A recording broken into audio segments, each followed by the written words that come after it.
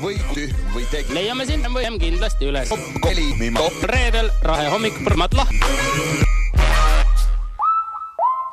Kell on 8:38 minutit, on aeg sooritada järjekordne telefoniintervjuu selle nädala tegijaga või siis toppisega, võtke ise, kuidas soovite. Minu arvates on sellel nädalal muidugi erakordselt tore ja väga vinge tegija ja sellel nädalal kõige rohkem furoori siin ajakirjanike seas on ikkagi tekitanud see info, mis on saabunud meie artisti ja armastatud superstaari Liis Lemsalu kohta, kelle juuksed viimasel ajal on erakordselt pikaks kasvanud ja nagu pakatavad lausa tervisest, säravad, on läinud oluliselt kuldsemaks ja kuidagi üldse nagu täiesti ainult ülivõrretes on tema juuksed ja nüüd on asjad nii kaugel, et sellel nädalal ilmus ka Liisi juuste saladuse kohta pressiteade ja sealt saame teada, et superstaar, armastatud artist Liis Lemsalu on enda juustele palganud lausa pressiesindaja ja olemegi nüüd helistanud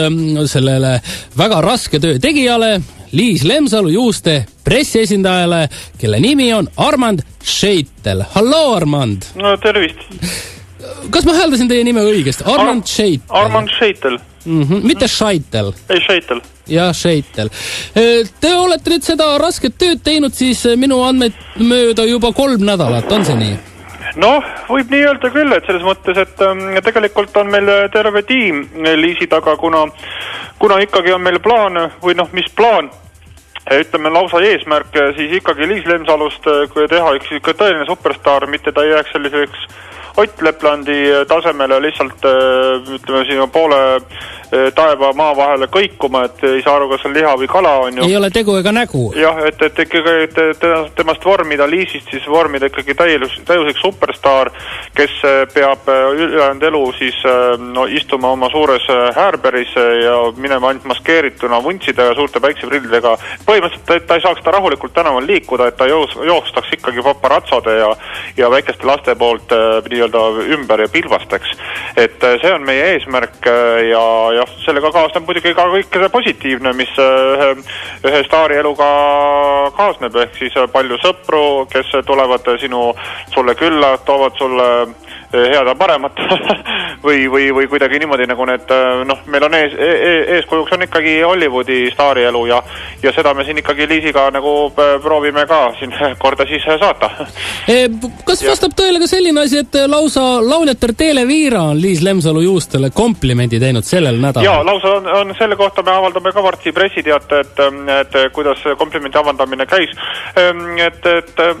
Et mina olen spetsiaalselt nagu Liisi juuste peal, et kui midagi tema juukseid nii-öelda siis puudutab või midagi juustega muutub, siis on see minu teha ja see kompliment samuti juuste kohta ja selle kohta ma juba praegusel hetkel pressiteadet hetkel koostan, et meil on tegelikult terve tiim, et igale, ütleme siis on kehaosade ja riietele ja ütleme niimoodi aksessuaaridele, igale on nii-öelda oma siis pressiesindaja, et meil kas on, vabandust, Armand, kas mõnele Liisi kehaosale pressiesindaja leidmiseks on veel selliseid vakantsi ka, et vakantseid kohti, kas on võimalik Liisi küünarnukki esindama hakata? No ei, küünarnukid, ütleme, lähevad sinna käe, ütleme siis segmenti, et seal on ka mitu inimest tegelevad ja osad on tõesti on siis eraldi küünarnuki peale ka, et aga praegu on, ütleme siis vasak selja, ütleme siis delta lihas piirkond on veel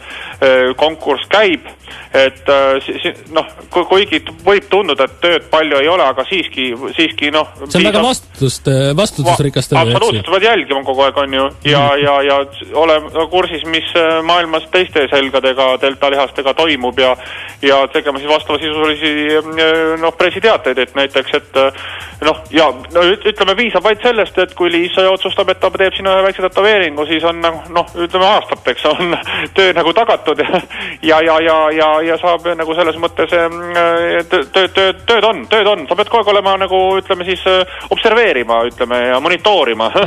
Ja. Armand, millal Liis viimati selle väikese musta kõva kummiga oma juuksed patsi tõmbas? Väga hea küsimus. Olete tähelepanelik. Oli see just mullu kolmapäeval. Mullu kolmapäeval pani selle just väikse musta kummiga ja noh, meil tekkis kohe niisugune väikene emergency koosolek, et kas see on nüüd sobilik. Ikkagi see ei ole väga tervislik ka, eks? See ei ole tervis, täpselt. Ma jälgin ikkagi asja. Absoluutselt. Et kas on tervislik ja kas see on nagu üldse paslik ühele superstaarile niimoodi panna niisuguse väikse, ütleme, kummiga juuksed kinni. Esiteks jah, tõesti lõhub juukse, ütleme siis struktuuri ja teisalt on see, et noh, see on ikkagi väga niisugune titalik.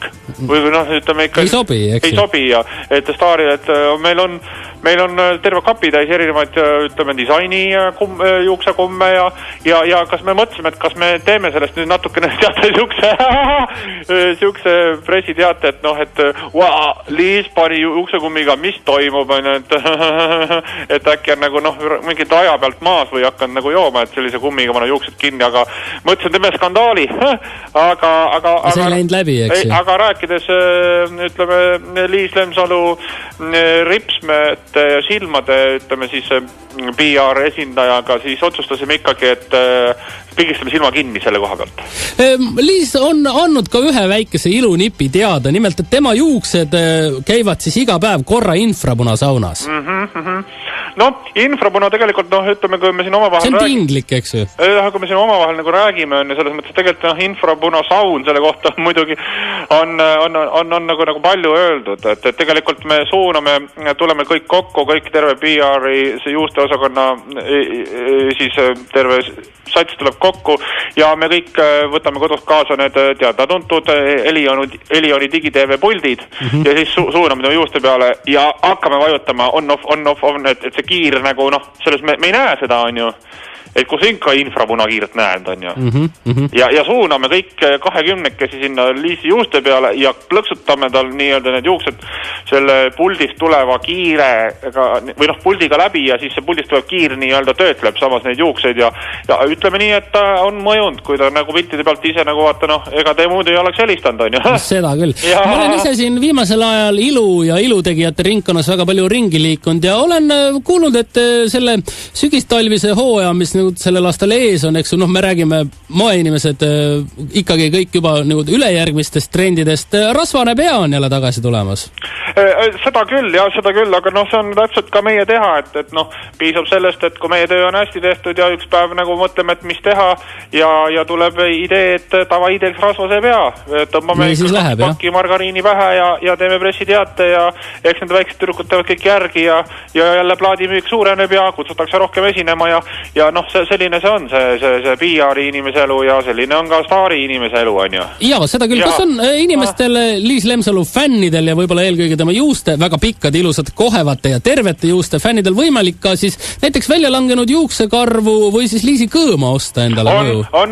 Meil on just oleme siis Väike-Karja tänaval avamas uut butiiki, kus siis saab just niisugused välja langenud ja ütleme osakesi osta. Seal on noh, kas siis pulbrina, kas siis oleme õmmelnud kokku, ütleme siis, noh, need tükikesed niisugused vaibana, linikuid oleme heegeldanud nendest ja muidugi juukse saab aga osta nii-öelda siis nagu päris õige paruka. Hinnad on muidugi soolased, aga no eks see selline staariel on, eks. Ja meil on telefoniühendus Liis Lemsalu juuste pressiesindaja Armand Scheiteliga ja tahaksin Armand teie käest küsida veel seda, et millistelt kuulsustelt veel tuleb selles mõttes infot Liisi juuste kohta, et millised kuulsused lähima 2 nädala jooksul Liisi juukseid kiidavad ja katsuvad? No üks, kellega meil nüüd on läbirääkimised hetkel on siis Eesti kolmikhüpperekordi omaniku Kaire Leibakuga on siis jutud pooleli, et äkki tema võiks mingi kommentaari panna ning kindlasti ka Hanno Pevkur ja mustkunstnik Šarlekas ja zooloog Aleksei Turovski on ka need inimesed, kellega me praegu siis peame läbirääkimise, kes siis võiksid midagi nagu Liis Juuste kohta öelda ja et selles mõttes ega see pressiteade viimaseks jää. Me teeme ikka tööd edasi. See on muidugi positiivne. Kas seda on ka loota, et Liis Lemsalu paneb kuulsa tsirkusemehe Vello Vaheriga seljad kokku ja et Liisi Juuste peal siis hakatakse sellist joogat tegema või veel parem hammasatleetikat Voldemar Kuristikuga? No oleme tegelikult juba Vello Vaheriga pannud seljad ühe korra kokku lihtsalt sellepärast... Kummal juuksed pikemad olid? Ei, no lihtsalt tahtsime teada, kes pikem on. Lihtsalt üks päev tuli idee, et tõesti nagu kellegi ärkas üles lihtsalt koosolekul ja tekkis nagu küsimus, et huvitav, et ma hakkasin mõtlema, kumma pikem, kas Vello Vaher või siis Liis Lemsalu on ju ja kutsusime kohale ja mõõtsime ära ja Liis on ikka natukene pikem, kuigi järgmine päev oli, kui meil oli see järgmine koosolek, siis tekkis sama küsimus ühel minul naiskolleegil. Tema tahtis teada, et kummal on pikem käsi, kas Liis Lemsalu või kui ta kanguril oli lühem. Täiesti nagu uskumatu, aga selles mõttes ikkagi huvitav. Armand Scheitel, aitäh teile ja võib-olla viimaseks lõpusõnaks kogu Eesti rahvale. Mida on Liis Lemsalu Juuste nimel teile öelda? Liis Lemsalu Juuste nimel raske niimoodi ühe lausega nagu öelda, aga ütleks lihtsalt siia... Öelge 2 lausega. Ei, ma ütlen siia lihtsalt lõppu lihtsalt piip ja tuut. No aitäh teile!